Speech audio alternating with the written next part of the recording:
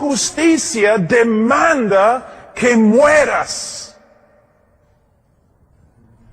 Él tiene que satisfacer su propia justicia antes que pueda perdonarte. Eso es lo que significa la cruz. Pero me imagino que hay algunos de ustedes que nunca han escuchado tal cosa.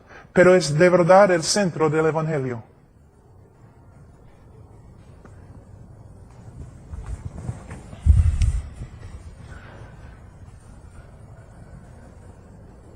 Alguien tiene que morir.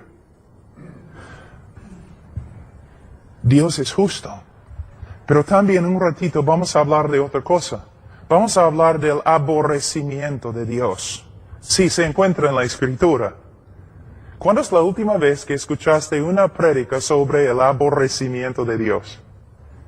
Pero sin entender el aborrecimiento de Dios no podemos entender el amor de Dios.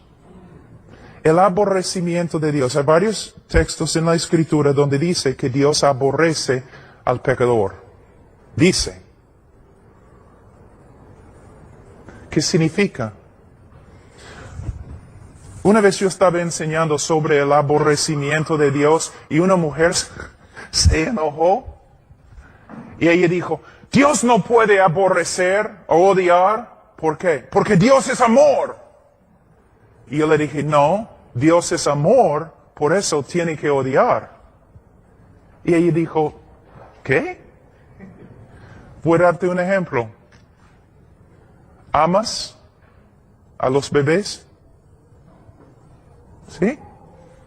Entonces tienes que odiar el acto de abortar los bebés.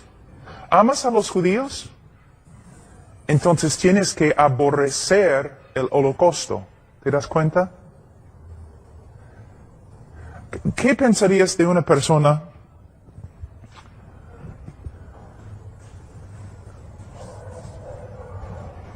que tú estás leyendo el periódico, ¿ya?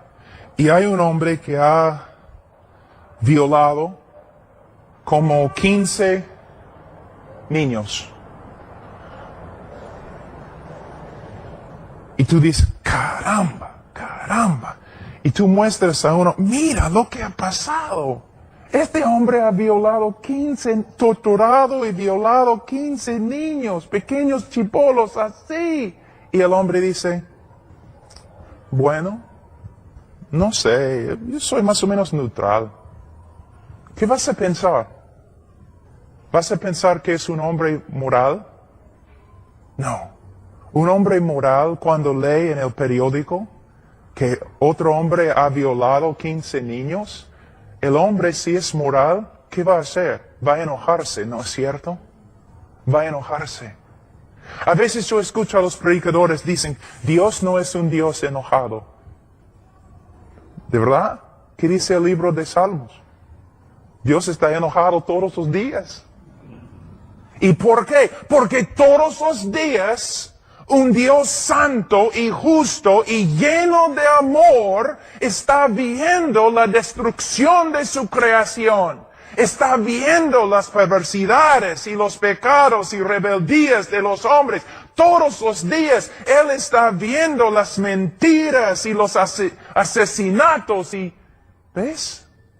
Si Él es santo, si Él es justo, Él no puede ser neutral con respecto al pecado o al pecador. Él viene, Él dice, con venganza y ira. El enojo, el aborrecimiento de Dios. Cuando Dios dice que un pecador es una abominación, ¿qué piensas? ¿Qué está diciendo? ¿Que es una abominación para la creación? No, para Dios es una abominación. Dios abomina a esta persona. Él aborrece a esta persona. Entonces, si todos los hombres han pecado y todos los hombres están bajo la ira de Dios, si Dios aborrece a todos los que hacen la iniquidad, entonces, ¿cómo puede Dios amar al hombre? Es una buena pregunta. Vamos a usar este hermano. Vamos a decir que él representa a nosotros nuestro pecado, nuestras abominaciones y todo lo demás. Y aquí tenemos un Dios santo y justo. Un pecador tan vil puede motivar a un Dios santo para que le ame. ¿Cómo va a reaccionar un Dios santo al pecado del hombre? Cuando a través de toda la Escritura podemos ver Dios diciendo, por causa de su pecado les voy a condenar, por causa de sus pecados les voy a juzgar, por causa de sus pecados les voy a destruir. Entonces el hombre pecador no puede motivar el amor de Dios. Dios no ama por causa del hombre. Él no ama por causa del valor del hombre. Dios ama solamente porque Dios es amor. Y Él ama para demostrar su propia gloria, para su propia gloria y propia alabanza. La motivación de amar al hombre no viene del hombre, sino viene de Dios mismo. Tenemos un montón de personas caminando en la tierra que se creen merecedores del amor de Dios. ¿Te das cuenta? Y nosotros, predicando la psicología, están diciendo, claro que sí, Dios te ama porque tú eres su creación y todo lo demás. Y no hablamos de lo que la Escritura dice.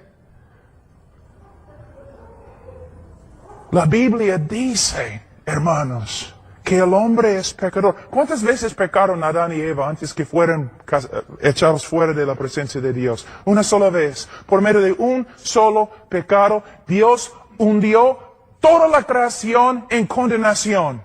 Tú has pecado muchas más veces que Adán y Eva. ¿Cómo puede? Si Dios va a destruir una tierra entera por causa del pecado, ¿cómo va a tener una relación contigo? Lo que tenemos que ver es que el hombre es pecador, Dios es santo y justo, y si Dios es santo y justo, ¿cómo va a perdonar a un hombre? Aquí es otra manera de verlo.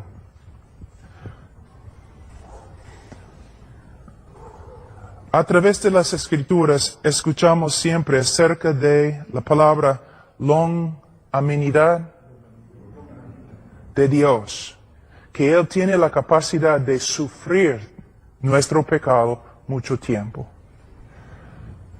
Así es como es. Dios en su justicia, en su santidad, mira al hombre. Y la única reacción que Él puede tener es aborrecimiento y odio y enojo y ira. Pero por causa de su propia naturaleza y para su propia gloria, Dios puede actuar a favor de los objetos de su odio. Es como si, vamos a decir, la misericordia de Dios con una mano está restringiendo la ira de Dios y con otra mano está obrando para la salvación del hombre. Pero no por causa del hombre, sino a pesar del hombre. Pero un día la misericordia de Dios se va a retirar. Y lo único que va a quedar es la perfecta justicia de Dios contra el pecado del hombre. Lo que quiero que ustedes vean es que Dios actúa para salvar al hombre, no por causa del hombre, tampoco por causa del valor del hombre, sino por causa de su propio carácter. Él es amor.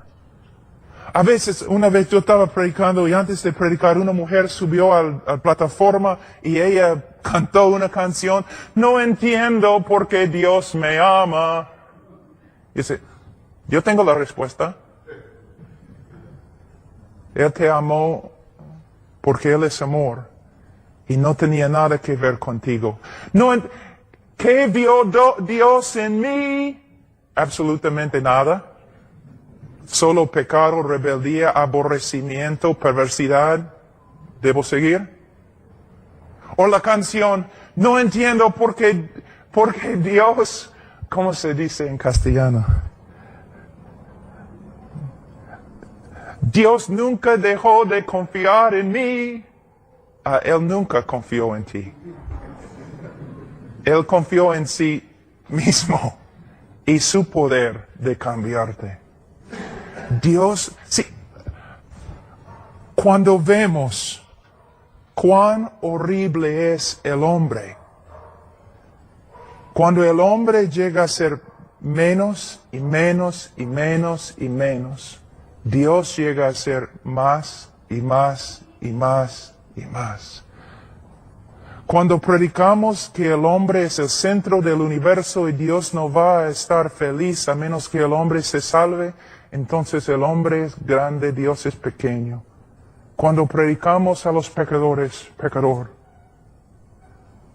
eres pecador. Mereces el juicio de Dios.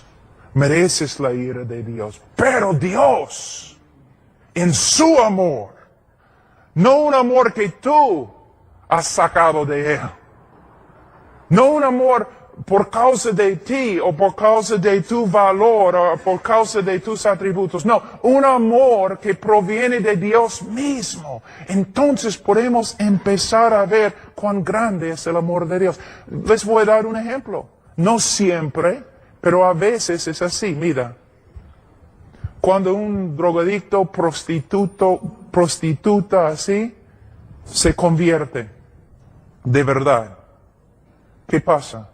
Muchas veces tiene un amor, pero cuando se convierte de verdad, porque muchos se dicen convertidos y no lo son.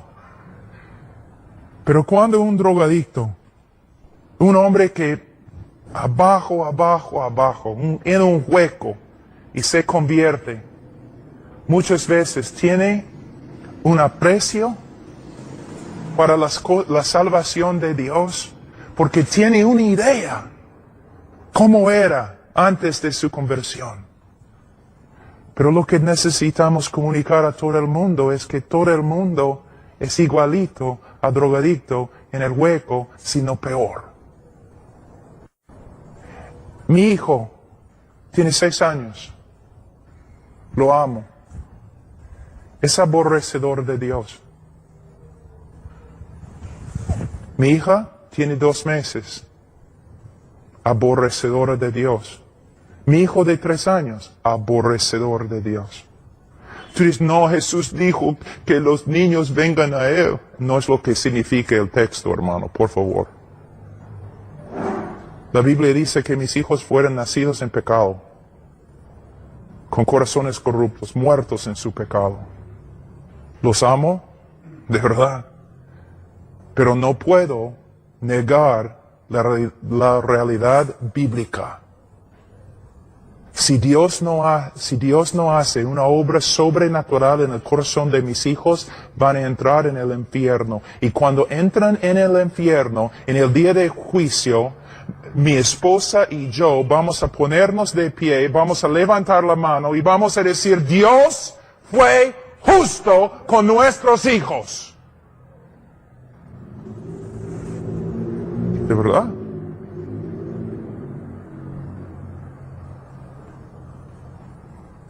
Pero ojalá que se conviertan.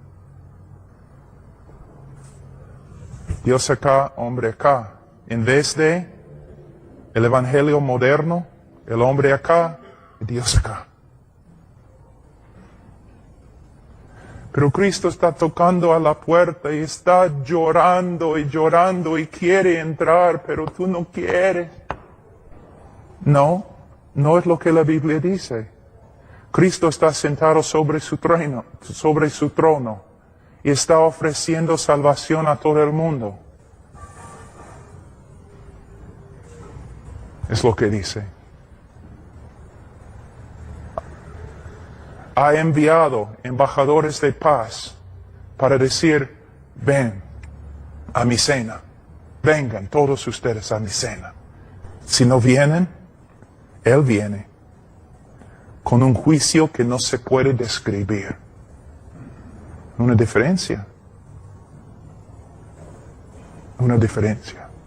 Ahora, yo sé que he hablado un poco más, pero quiero terminar esa parte, siendo justificados gratuitamente. No por causa de nada. Ustedes recuerdan el texto donde dice, aborrecieron a Cristo sin causa. ¿Recuerdan? Es la misma palabra aquí en griego. Él nos justificó sin causa. No le dimos ninguna causa, sino lo contrario.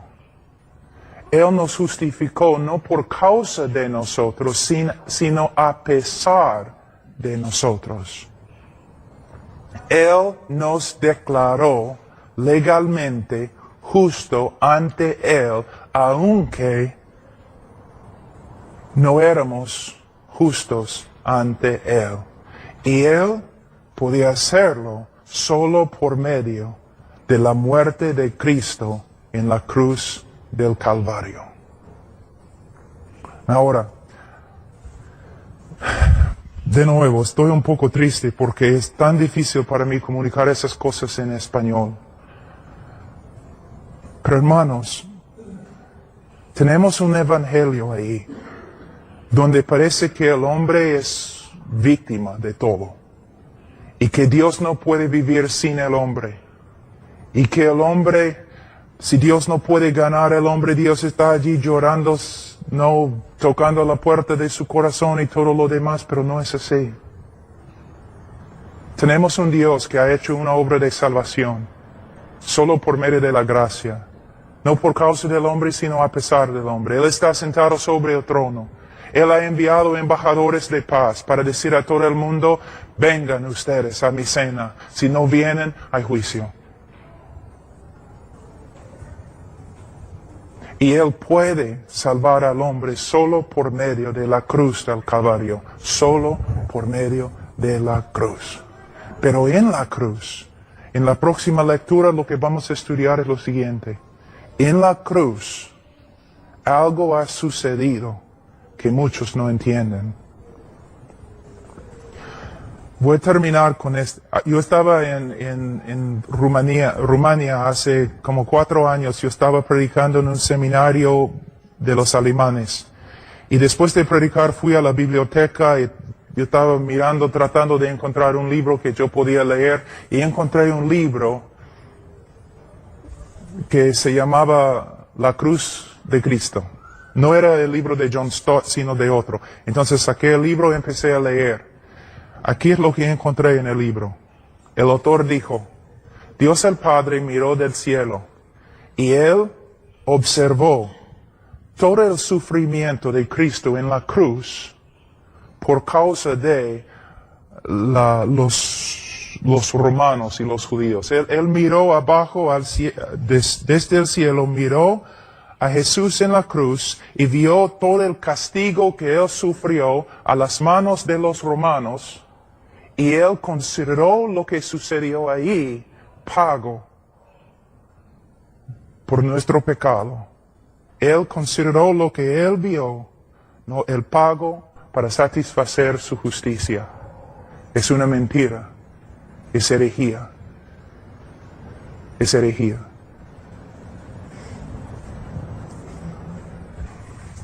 Vamos primero a... Cristo está en la cruz y Él grita, Ila, Ila, lama sabactani. Dios mío, ¿por qué me has desamparado? Ahora, fíjense, ¿qué está diciendo Jesús? ¿Quién desamparó a Jesús en la cruz? ¿Quién? El Padre. El Padre desamparó. La palabra también significa abandonó, rechazó. Es una palabra muy fuerte. Muchos predicadores dicen, Dios miró desde el cielo y miró a su hijo y él no podía soportar ver el sufrimiento de su hijo y por eso simplemente no podía ver. Es una mentira, no es lo que la escritura dice, es una mentira. La Biblia dice que Dios no podía mirar a su hijo y desamparó a su hijo. Dios abandonó a su hijo. La pregunta es, ¿por qué? ¿Por qué? Vamos a Salmos 22 y vas a ver por qué. Salmos 22, versículo 1. Dios mío, ¿por qué me has desamparado? ¿Por qué estás tan lejos de mi salvación y de las palabras de mi clamor? Es su queja. Dios, ¿por qué me has desamparado? El Mesías en la cruz está clamando a Dios, ¿por qué me has desamparado? Versículo 2. Dios mío, clamo de día y no respondes, y de noche no hay para mí reposo. Da un argumento allí en versículo 4. En ti esperaron nuestros padres, esperaron y tú los libraste, clamaron a ti y fueron librados, confiaron en ti y no fueron avergonzados. Cristo está diciendo, en toda la historia de Israel, cuando un hombre justo clamó a ti, tú lo salvaste. Pero yo, tu hijo, tu Mesías, yo clamo desde la cruz, pero me has desamparado. ¿Por qué? La respuesta, versículo 3. Pero tú eres santo, versículo 6, mas yo soy gusano y no hombre.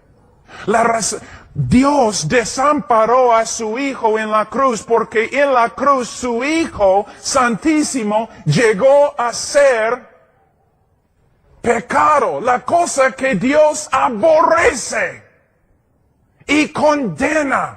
En los folletos que tenemos dice que Dios está acá y el hombre está acá y Dios no puede pasar al hombre y hay una gran separación entre los dos. Para cerrar la separación, alguien tenía que morir fuera de la presencia favorable de Dios. Alguien tenía que morir condenado de Dios. Desde el comienzo de la creación y antes de la creación, Dios el Padre, Dios el Hijo, Dios el Espíritu Santo existieron en un compañerismo absolutamente perfecto y lleno de gozo.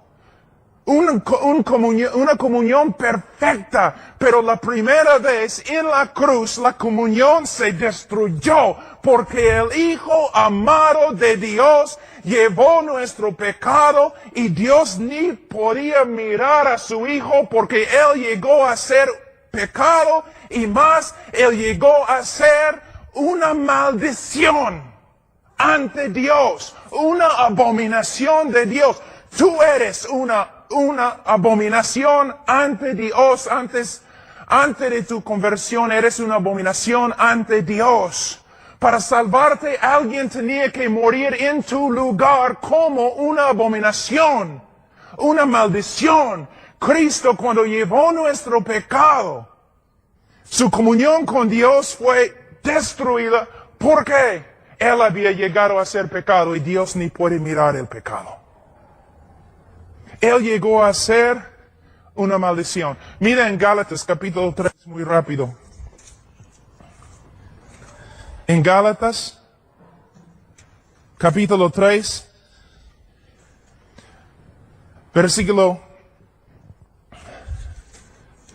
Gálatas capítulo 3, versículo 10, dice, porque todos los que dependen de las obras de la ley están bajo maldición, pues escrito está, maldito todo aquel que no permaneciere en todas las cosas escritas en el libro de la ley para hacerlas. Nosotros, ¿qué dice la Biblia secreta? Nosotros, malditos.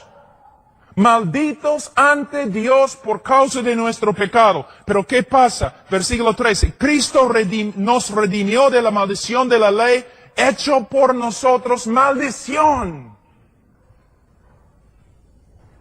Cristo llevó nuestro pecado. Todo el aborrecimiento y enojo de Dios contra nosotros fue dirigido a Cristo. Como la serpiente en el desierto. como el cabrío. Los judíos salían, pusieron las manos sobre el cabrío, simbólicamente, ¿no? Pasando su pecado, el pecado del pueblo, sobre el cabrío. Un cabrío muere, el otro cabrío sale fuera de las puertas de la ciudad, cortado de la comunión con Dios y el pueblo de Dios. Salió al desierto para morir, para salvarte. Tú mereces pasar toda la eternidad fuera de la presencia favorable de Dios en el infierno. Para salvarte, alguien tiene que morir bajo la ira de Dios, cortado de la presencia favorable en tu lugar. Es lo que Jesús hizo. Y en la cruz, ¿qué pasó? Aquí es lo que tienes que entender. Escúchenme, pastores. Cristo está en el huerto, ¿no? En Getsemaní.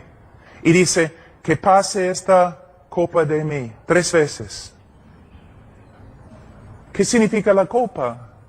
Yo he escuchado pastores diciendo, bueno, él no quería ir a la cruz, o él no quería sufrir los clavos, él no quería sufrir los azotes, él estaba temblando porque la cruz romana fue tan horrible. ¡No! Tengo una pregunta. ¿No es cierto que muchos, miles de discípulos después de Cristo, discípulos de Cristo, murieron en cruces? ¿No es cierto? ¿No es cierto que la historia nos dice que muchos de ellos se fueron a su cruz cantando himnos y con gozo? ¿Vas a decirme que los discípulos de Cristo tienen más coraje que Cristo mismo? ¿Que los discípulos de Cristo pueden sufrir los látigos romanos? Y los discípulos de Cristo pueden morir en la cruz cantando himnos, pero el capitán de nuestra salvación está en un huerto escondiéndose, orando con angustia, que pase esta copa de mí. ¿Tú de verdad crees que Cristo tenía miedo de una cruz? ¿De clavos? Pero es lo que predicamos, ¿no? Es un evangelio romántico, como los católicos. Cristo el mártir. Cristo no tenía miedo de los romanos, ni del látigo, ni de la corona. Estudia la Biblia con una concordancia, busca la palabra copa. Voy a resumir todo lo que los profetas dicen acerca de la copa de Jehová. Jehová básicamente diciendo, por causa de la iniquidad de las naciones, por causa de su rebeldía, yo voy a darles la copa de mi ira. Ellos van a tomar la copa y van a morir. En la cruz, Cristo no tenía miedo de clavos. Él sabía que en la cruz Él iba a llevar nuestro pecado, iba a estar separado de la presencia de su Padre, y todo el enojo, todo el aborrecimiento, toda la ira de Dios que nosotros debemos sufrir por toda la eternidad en el infierno, Cristo iba a sufrir. ¿No has leído? Mas quiso quebrantarlo, Jehová quiso quebrantarlo. Alguien tenía que morir aplastado, quebrantado bajo la ira de Dios, separado de la presencia favorable de Dios. Allí es el evangelio, allí se encuentra el poder de la cruz. En la cruz Dios quebrantó, derramó su ira sobre su propio Hijo para salvarte a ti de su ira. Alguien tenía que morir así. La historia de Abraham y Isaac. Tú has predicado acerca de esa historia miles de veces, pero ¿has entendido la historia? Su único hijo, el Espíritu Santo dice. Abraham tenía que llevar su único hijo y sacrificarlo. Y Abraham tiene el cuchillo y se rinde. Va a matar a su hijo. Pero mientras está bajando la mano, Dios, le restringe. Agar, no. Y tú dices, ay, qué bonito la historia. No, terminó bonito. No terminó. Fue la intermisión. ¿Intermisión? La parte intermedio, nada más. Porque miles de años después, Dios agarró el cuchillo, puso su mano sobre la cabeza de su único Hijo Jesucristo y lo mató. ¿Una vez has predicado eso? Sí, mayormente las personas en tu iglesia creen que Cristo murió mártir, que los romanos copiaron, pegaron a Jesús y siempre tú estás hablando de cómo los romanos copiaron a Jesús, cómo sufrió a las manos de los romanos, pero la iglesia no entiende, no somos salvos porque los romanos pegaron a Jesús, somos salvos porque en la cruz Él llevó nuestro pecado y toda la ira y castigo y justicia de Dios que nosotros merecemos.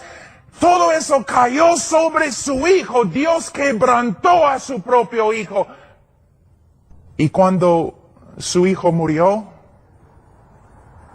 Él satisfizo una vez para siempre la justicia de Dios. Y ahora Dios puede justificar el pecador y a la vez ser justo, porque Él satisfizo su justicia en la cruz del Calvario. El problema resuelto. Y la mayoría de los cristianos en Perú nunca han escuchado tal cosa.